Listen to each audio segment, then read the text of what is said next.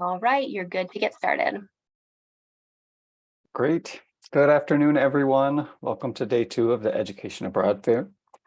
If this is your first fair session, welcome. If you are returning for another one, welcome back. This afternoon, we're going to talk about education abroad programs in Africa and the Middle East. Before we get started, if you do have any questions, please drop them into the Q&A box down below, and my colleague Amy will be happy to answer them or bring them to the group for me to answer live. And then additionally, before we get started, I'd like to read the CSU land acknowledgement. Colorado State University acknowledges with respect that the land we are on today is the traditional and ancestral homelands of the Arapaho, Cheyenne, and Ute nations and peoples. This is also a site of trading, gathering, and healing for numerous other native tribes. We recognize the indigenous peoples as original stewards of this land and all the relatives within it. As these words of acknowledgement are spoken and heard, the ties nations have to their traditional homelands are renewed and reaffirmed. CSU is founded as a land-grant institution, and we accept that our mission must encompass access to education and inclusion. And significantly, that our founding came at a dire cost to Native nations and peoples whose land this university was built upon. This acknowledgement is the education and inclusion we must practice in recognizing our institutional history, responsibility, and commitment.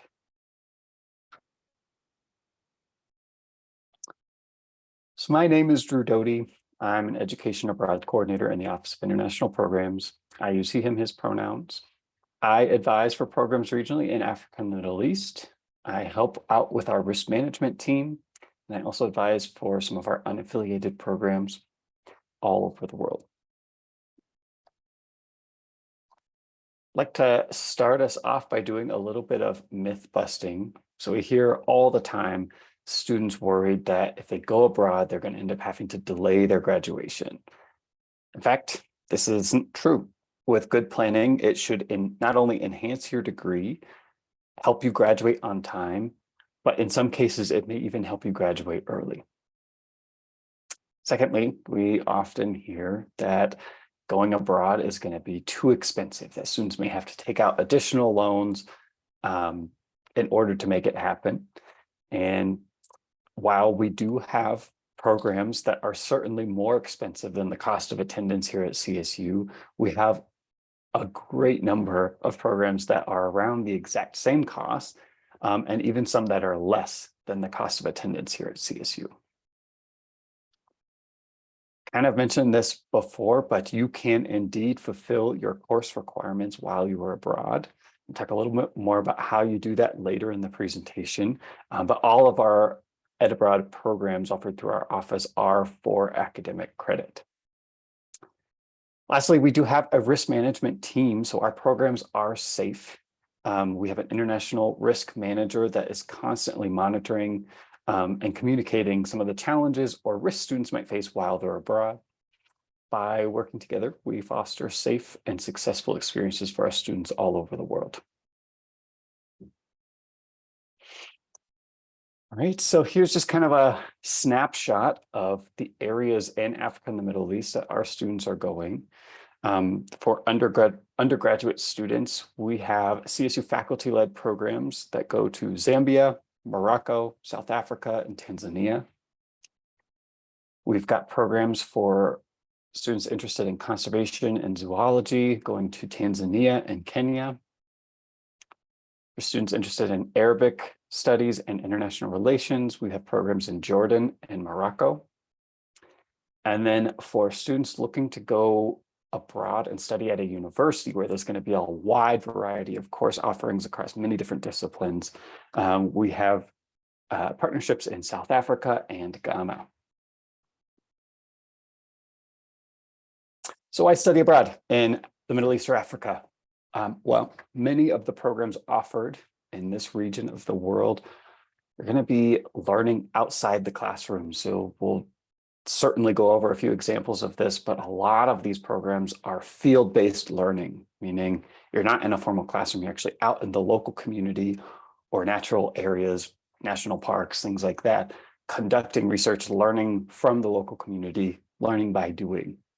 There's a lot of very unique locations offered in this region. When I say unique, I'm thinking about my time. I, as an undergrad, studied in Tanzania, and I can say without a doubt, Tanzania was one of the most culturally and ecologically different places from the US that I've ever experienced in my life. Many of the cultures are incredibly welcoming to US students. This region has a slightly higher affordability for our programs compared to other areas of the world, mostly because the cost of living in Africa and the Middle East tends to be much lower than other areas. And we have quite a few programs with very niche offerings. So programs are really specific to things like natural resource management or biodiversity conservation, decolonization, Africa in the 21st century, things like that. I'm going to go into a few examples of programs that we have in this region. This is by no means a full picture of all of our program offerings. It's just to give you kind of a quick snapshot of where students are going in this region. So the first one I want to talk about is a CSU faculty-led program in Zambia. It's called Community Education and Health in Zambia.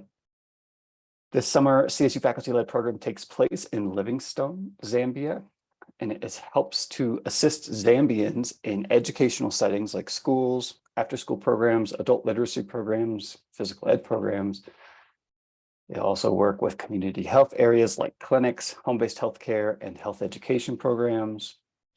They'll work with gender equality programs as well as sustainable building projects. The coursework for this program focuses on ethics, motivations, and sustainability of development work in this region. Students who participate will receive 3 credits of English coursework. The course is titled Reading and Writing: The Zambia Experience. This is also an option for honors students to get some honors credit as a part of this program too. The next program I'd like to highlight is through one of our affiliate providers, ISA, which is called International Studies Abroad. They're part of the Education Abroad Network, which is the largest education abroad provider in the world. This one is in Morocco with the theme on Arabic studies and international relations. This is actually located in a study center in Meknes. Meknes, specifically in the district of Hamria, which is a kind of more modern and dynamic area of the city. The study center here offers excellent academics with courses taught by local and visiting professors. Local NGOs working to promote human rights and economic social development operate out of the same facility, which provides a really unique and exciting atmosphere for students who are attending classes here to kind of learn from these organizations how this work is done in this area. You'll have a variety of course options and many disciplines, including political science, Middle Eastern studies, gender studies, Arabic language, religious studies, French language, and international relations. Courses are comprised of only ISA students, so you're going to have a smaller class size to professor ratio. It's going to give you a little more interactive learning and hands-on attention from your professors.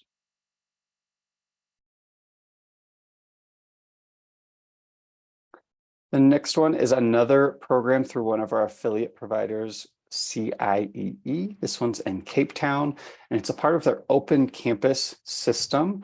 If you're not familiar, the open campus system through CIEE is really unique in that you can choose to do a full semester in one city, or you can choose to do 6 weeks in one city, fly to another city in the world, do another 6 weeks, fly to another city, do another 6 weeks.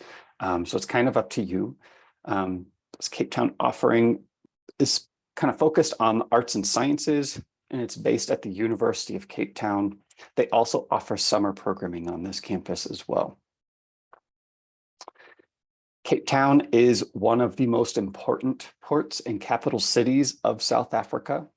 It's an incredibly diverse, picturesque, and cosmopolitan city right on the coast. As you can see, has mountains, and the backdrop, Table Mountain, is that big mountain that's flat across the top and kind of the upper left portion of this picture. We've also got Lion's Head, which is in the right. It's that very pointed mountain kind of over to the right, just above the city. Great for students looking for outdoor activities, as well as wanting to be in an urban setting.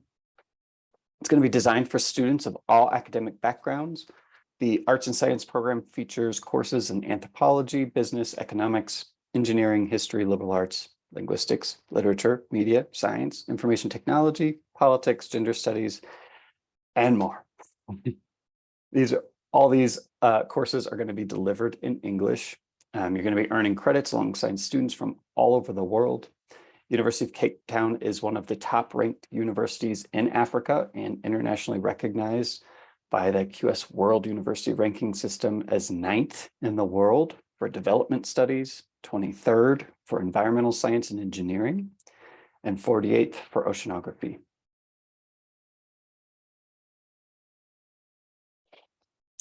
So for this next one, again, this is through an affiliate partner, the School for Field Studies. They do have programming all over the world. These programs are very unique because they are entirely field-based learning. So you're going to spend very little time in a formal classroom setting, most of your time out in the field learning how to conduct formal research and conducting your own research that you'll design throughout the semester. The two programs we're highlighting here, really, there's 4 programs that we're highlighting with this slide, are in Tanzania and Kenya on wildlife management studies and conservation. Both the Tanzania and Kenya programs have semester-long offerings as well as summer offerings, all around the same theme of wildlife management and conservation. As I mentioned, you'll be in the field, so through safari drives, field excursions, and an emphasis on human role in conservation, you're going to be studying wildlife that's found nowhere else on the planet. You're going to discuss different approaches to wildlife management and conservation and learn about the traditional knowledge systems and culture of the Maasai and other local community groups. Really unique about these programs, they are a fixed curriculum, meaning unlike being at a university like the University of Cape Town that we just talked about, with this one, you're going to have a set course load, meaning you won't choose your classes. Based on the theme of the program, if you're going for a semester, you'll have 4 to 5 courses. If you're going for the summer, you'll probably have about 2 classes, and they're predetermined and based on the theme of the program. So make sure you're talking with your academic advisor to make sure this is going to be a good fit for you to keep you on track to graduate.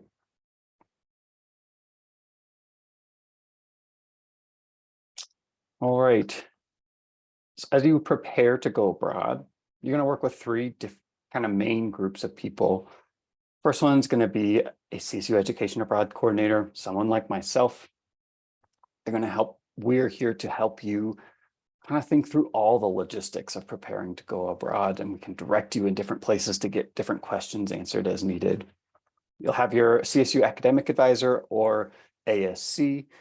They're there to help make sure that you're taking the right coursework to keep you on track to graduate. They're going to help with transfer credits coming in and the evaluation of those courses. You're also going to work with your program advisor or CSU faculty and staff member, kind of depending on which type of program you go on.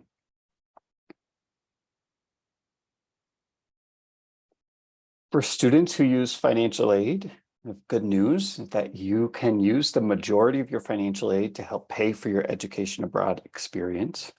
We have 2 financial aid advisors that specialize in education abroad. Their names are Cindy Maris and Evelyn Martinez. You can schedule an appointment with them through our website, or you can reach out with quick questions at special programs, colostate.edu. In a meeting with them, they can pull up your financial aid profile, let you know what of your aid can be used to pay for your program. If there's any aid that can't be used to pay for your ed abroad experience, they can talk to you about some other funding sources that may be able to help fill some gaps. We also offer scholarships through our office specifically for going abroad. We make it really easy for you. We have the Education Abroad Common Scholarship application. So it's one application that you submit to us, and we will review your app for all scholarships that you are eligible for. We have over 30 scholarships currently in our office. You're not going to be eligible for all 30, but you might be eligible for 2 or 3. And like I said, we will review your app for everyone that you are eligible for. We also offer passport scholarships. So for students who have never had a passport and are hoping to go abroad, you could get your passport fully paid for by our office. You can also renew or come get a passport for the first time through our office. We are a passport processing facility. We have about 7 Education Abroad peer advisors who work in our office that would love to meet with you. They can help answer general questions, talk to you about their experiences abroad. These are all students who have been abroad recently. We're so impacted and excited about their experience, they decided to come work for us. They do offer open advising hours each week and love meeting with students. So please use them as a resource.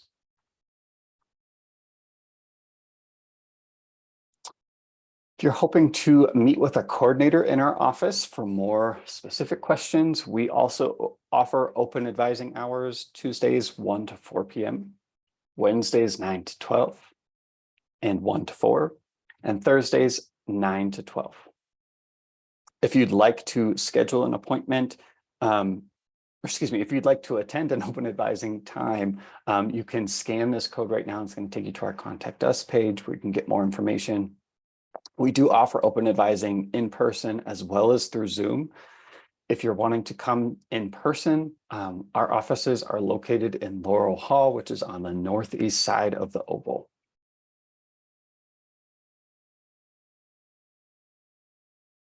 All right, if you are ready to go, made up your mind, you're ready to start working on going abroad, you can scan this code. It's going to take you to our Start Here page on our website, where there are step-by-step instructions to help you go all the way through the process. That is all I have for you today. Are there any questions in the Q&A box? No questions. Thank you, Drew. Thank you. You'll have a great rest of your day. Look forward to seeing you later.